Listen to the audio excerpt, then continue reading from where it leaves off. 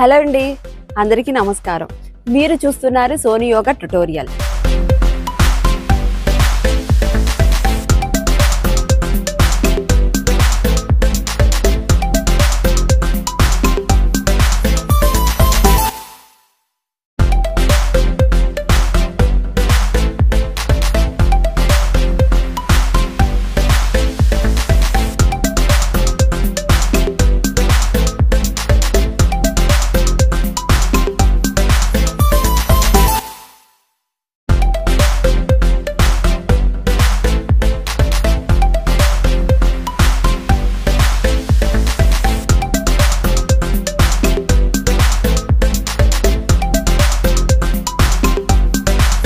ఈ రోజు ఈ వీడియోలో హలాసనం కోసం చెప్పబోతున్నాను.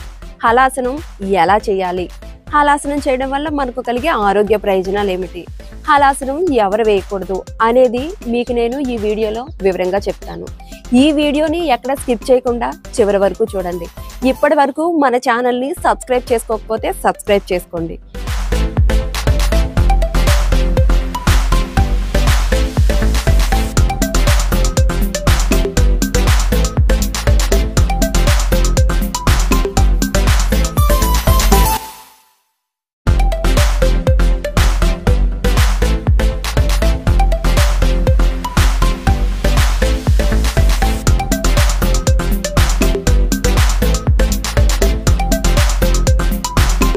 ఇక హలాసనం చేయడం వలన మన మనస్సు, శరీరం, ఆత్మకు అనేక రకాలుగా ప్రయోజనం చేకూరుతుంది.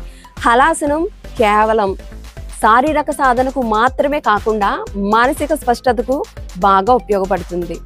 మీకు చాలా రోజులుగా మెడ, భుజాలలో ఉద్రిక్తత పెరుగుతున్నట్లయితే ఆ ఉద్రిక్తతను పోవడానికి, ఆ ఉద్రిక్తతను తొలగించడానికి మీకు హలాసనం బాగా ఉపయోగపడుతుంది. డైలీ యోగా సాధన చేయడం వలన మనము ఆరోగ్యంగా, ఉల్లాసంగా ఉంటాము. ఇక హలాసనం చేసే ముందు కొన్ని ఫ్రీ మూమెంట్స్ చెప్తాను. ఆ ఫ్రీ మూమెంట్స్ చేసిన తర్వాత మనం హలాసనం చేయడం మనకి ఈజీ అవుతుంది.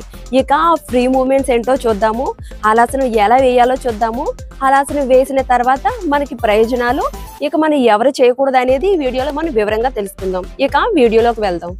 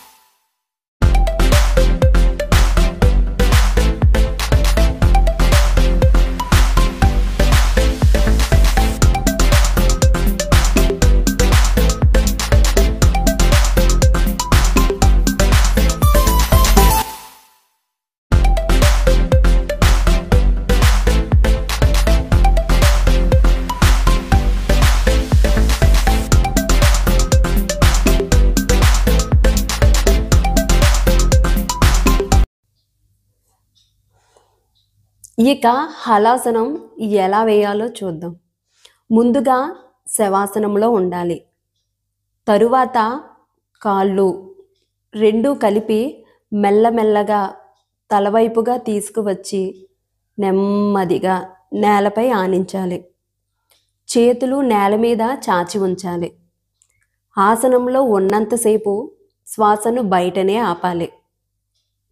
పొట్టను లోపలికి పీల్చి ఉంచితే ఈ ఆసనం వేయడం సులువు. చేతులపై ఎటువంటి ఒత్తిడిని పెట్టకండి.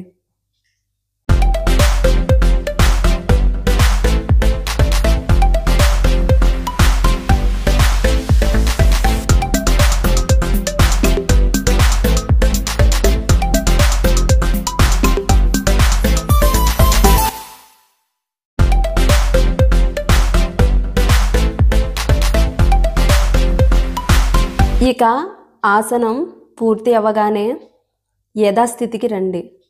నెమ్మదిగా మొదట నడుమును ఆనించి తరువాత 2 కాళ్ళను నేల మీదకి తీసుకువచ్చి శవాసనంలో రిలాక్స్ అవ్వండి.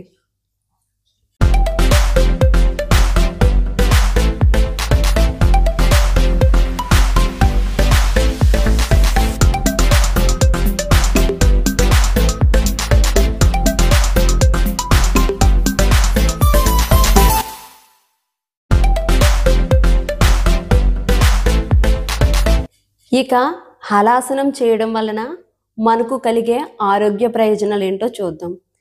హలాసనం వలన వెన్నెముక సంబంధిత కండరాలకు, నరాలకు బలం పెంచుతుంది. బాణపొట్ట తగ్గుతుంది. నాడీ వ్యవస్థను శాంతపరుస్తుంది. లెగ్ ఫ్లెక్సిబిలిటీ మెరుగుపరుస్తుంది. థైరాయిడ్ గ్రంథిని ఉత్తేజపరుస్తుంది. రోగ నిరోధక శక్తిని బలపరుస్తుంది. మధుమేహం ఉన్నవారికి ఈ ఆసనం బాగా ఉపయోగపడుతుంది. ఇక హలాసనం ఎవరు వేయకూడదో చూద్దాం. ఆసనం వేస్తున్న సమయంలో కడుపు నొప్పి అనిపిస్తే వెంటనే ఆసనం నుండి తిరిగి బయటకు రండి.